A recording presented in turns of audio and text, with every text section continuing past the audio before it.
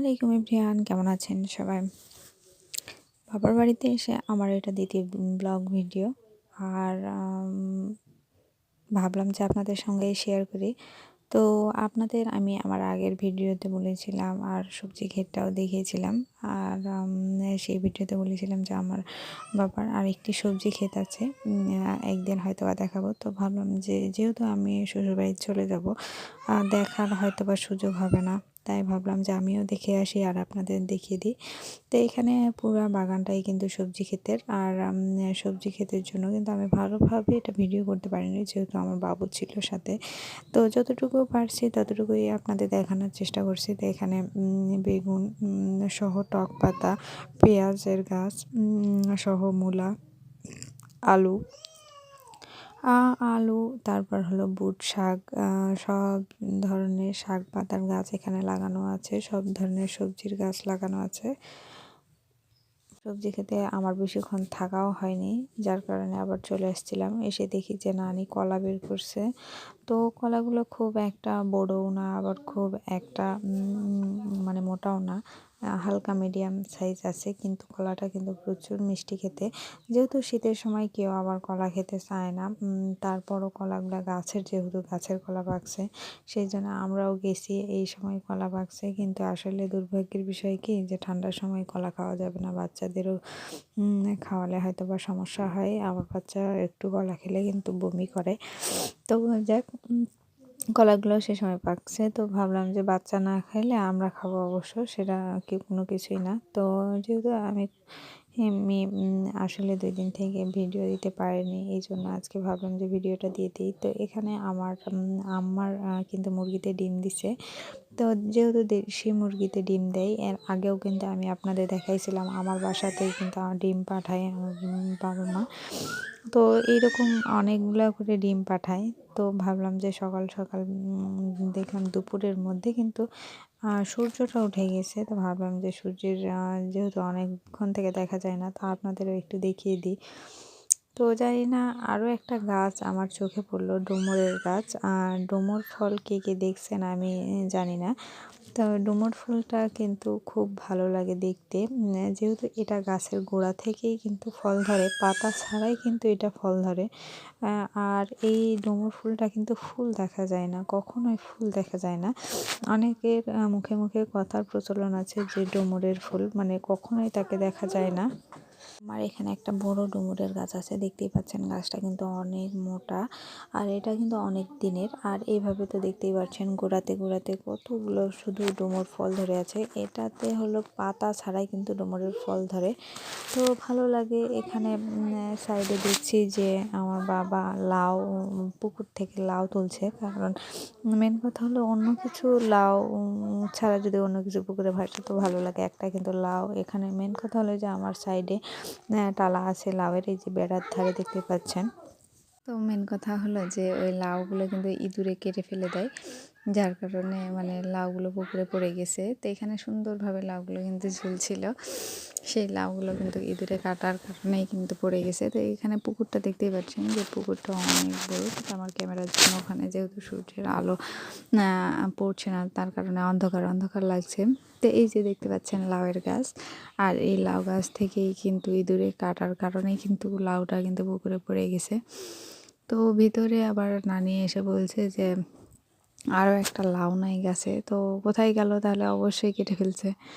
তো ভিতরে দেখলো যে হ্যাঁ ঠিকই লাউ পড়ে আছে।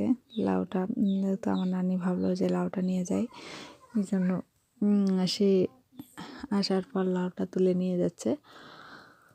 তো ইঁদুরের কারণেই কিন্তু আসলে লাউগুলো ভালোভাবে থাকছে না, ছোট বড় সব লাউগুলো কেটে ফেলছে।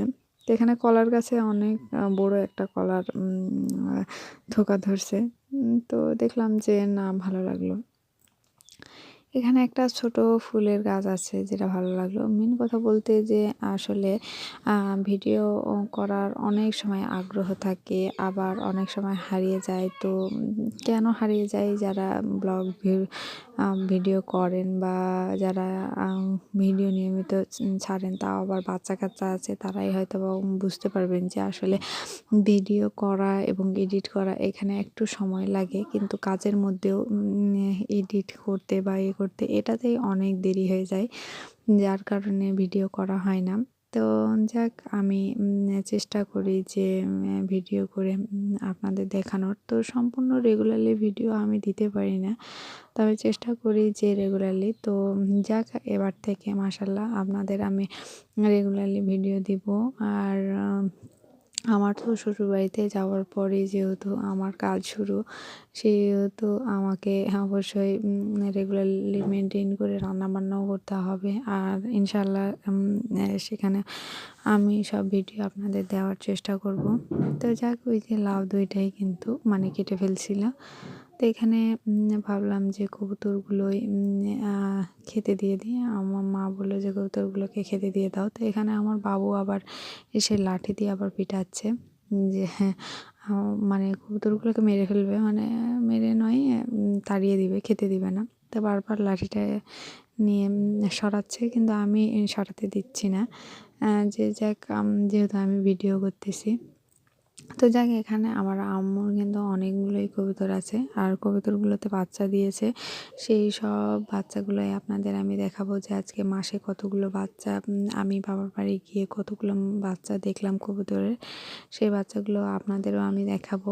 যেহেতু কবুতর তারা পালে, সেই জন্য আসলে, তবে দেশি কবুতরগুলো কিন্তু দেখতে অনেক মজা লাগে। জানি না কার কতটা ভালো লাগে। এটা দেখতে যেরকম মজার, সেরকম কিন্তু বিরক্তও করে প্রচুর। কারণ যার বাড়িতে আসে তারাই হয়তো বলতে পারবে যে কি এরকম কবুতরে বিরক্ত করে আর খায় কীরকম। তো যাক, বাবার বাড়িতে তো আমি আর বেশি দিন থাকতে পারবো না, চলে যাব। তাই স্মৃতি হিসেবে এই জিনিসগুলো রেখে দিলাম। কারণ ২-১ দিনের মতো বাবার বাড়িতে আসি, আবার সেই গন্তব্যস্থল মানে শ্বশুরবাড়ি আমাকে চলে যেতে হয়, বা প্রত্যেক মেয়েকেই যেতে হয় সেটা। তো দেখতে পাচ্ছেন আমি একটা বাচ্চা পারছি, এর আবার ২টা বাচ্চা হয়েছে এর মার। তো এর মা কিন্তু একেই পুরাটাই খাইয়ে দেয়। তা আম্মু বলল যে তুমি এই বাচ্চাটাকে ধরে থাকো, ওরা আম্মা একটু ওইটাকে খাইয়ে দেখ, নাহলে হয়তো বা মারা যাবে। তো হাতে নেওয়ার সাথে সাথে দেখলাম যে বাচ্চাটা চুপচাপ আছে, আর দেখেও সুন্দর লাগলো। তাই ভাবলাম যে বাচ্চাটাকে রেখে দেই, আর না হয় আপনাদের ভিডিও করে দেখিয়ে দেই। তো যারা নতুন নতুন আপু আছেন, আমি প্রত্যেক আমার ভিডিওতে বলে রাখি যে যারা নতুন আপু তারা অবশ্যই আমাকে সাবস্ক্রাইব করে দিবেন এবং আমার ভিডিওটিকে লাইক করে দিবেন, লাইক করে দেখবেন। কারণ আপনারা যত লাইক দিয়ে ভিডিও দেখেন তত আমার ভালো লাগে, ভিডিও করার আগ্রহ বাড়ে। তো যেহেতু কবুতরের ঘর বাড়ি এগুলো কিন্তু 2-3 দিন পর পরিষ্কার করতে হয়। যেহেতু আমরা আসছি, আমার আম্মু কিন্তু এগুলোতে হাত দিতে পারিনি, মানে পরিষ্কার করতে পারিনি আসলে।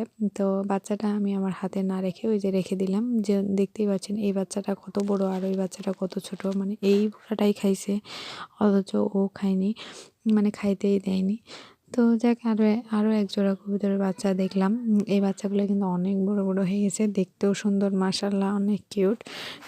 কিউটের ডিম্বাও বলা যায়, সুন্দর, মানে অনেক সুন্দর। তো এই সাইডে আমার বাবু ছিল, বাবুর সাথে আবার আমার নানি আছে, তো ভাবলাম যে দেখিয়ে দিই। তো এখানে কবুতরের বাচ্চাগুলো কিন্তু অনেক সুন্দর লাগছে। তো আমার ছেলে কিন্তু মানে অনেক খুশি বাচ্চাগুলো দেখে, যে বাচ্চাগুলো কি অবস্থা।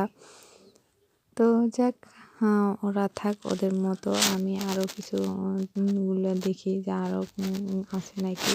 তো যেহেতু ঠান্ডার দিন সব পাখিগুলোই ঘুমসি হয়ে আছে, তো দেখাই যাক।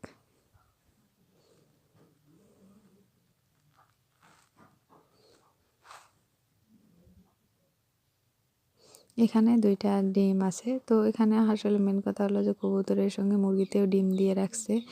তো যাক, উপরে যেহেতু আমি দেখাতে পারছি না, তো যতটুকু পারলাম ততটুকুই আপনাদের দেখালাম।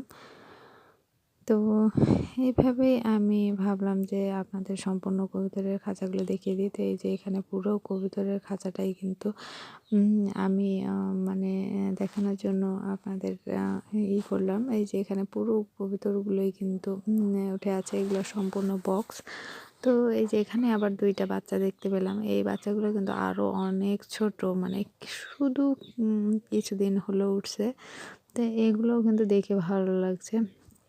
তো ভাবলাম যে আপনারা দেখে দিই। তো অবশ্যই আমার যারা নতুন আপু, তো অবশ্যই আমার চ্যানেলটিকে সাবস্ক্রাইব করে দিবেন।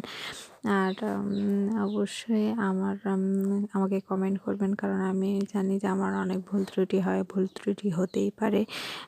সেই কারণ ভুল ত্রুটি ক্ষমা করে দিয়ে অবশ্যই আমার চ্যানেলটিকে সাবস্ক্রাইব করে দিবেন। আর আমার পাশেই থাকবেন, আমার ভিডিওগুলো দেখবেন। ভালো না লাগলেও কমেন্ট করে জানাবেন যে না আপু ভালো লাগতেছে না। তবে একটি লাইক দিয়ে, অবশ্যই একটি লাইক দিয়ে আমার ভিডিওগুলো দেখার চেষ্টা করবেন। কারণ আপনারা লাইক দিয়ে ভিডিও যখন দেখার চেষ্টা করেন তখন আমার কিন্তু ভিডিও করার আগ্রহ বাড়ে। আর যখনই কোনো লাইক কমেন্ট কোনো কিছুই পাই না, তখনই কিন্তু ভিডিও করার আগ্রহ সেই রকম বাড়ে না। তো এখানেও একটা কিউটি ডিম্বা আছে। এই বাচ্চাটা আরও কিউট। তো এর আবার জোড়া নাই, মানে ডিম একটা নষ্ট হয়ে গেছে, একটা বাচ্চা। তো যাক, সবগুলোই ভালো আছে মাশাআল্লাহ। যেহেতু শীতের সময় একটু ঠান্ডা ঠান্ডা, তাই কিন্তু একটু ঠান্ডার জন্য কিন্তু সব কবুতরগুলো একটু মানে ঝিম ধরে আছে। তো যাক, ভালো থাকবেন সবাই। আর আশা রাখি যে সবার আর আমার জন্য দোয়া রাখবেন। আর যেহেতু বাবার বাড়ির আজ না, আর একটা ব্লগ ভিডিও দিয়ে আমি শেষ করব। তো যাক, এই বাচ্চাটা আমি আবার নামিয়ে নিব, কারণ এখানে রাখবো না, কারণ ওই বাচ্চাটাকে খেতে দিবে না, এই জন্য নামিয়ে নিব। আর ছোটোটাকে রেখে দিব, ওর মা আবার খাবে। তো নামিয়ে আমি রেখে দেওয়ার পর ওকে ওর মা নিয়ে যায় খাওয়াবে। তো ভালো থাকবেন সবাই, আসসালামু আলাইকুম।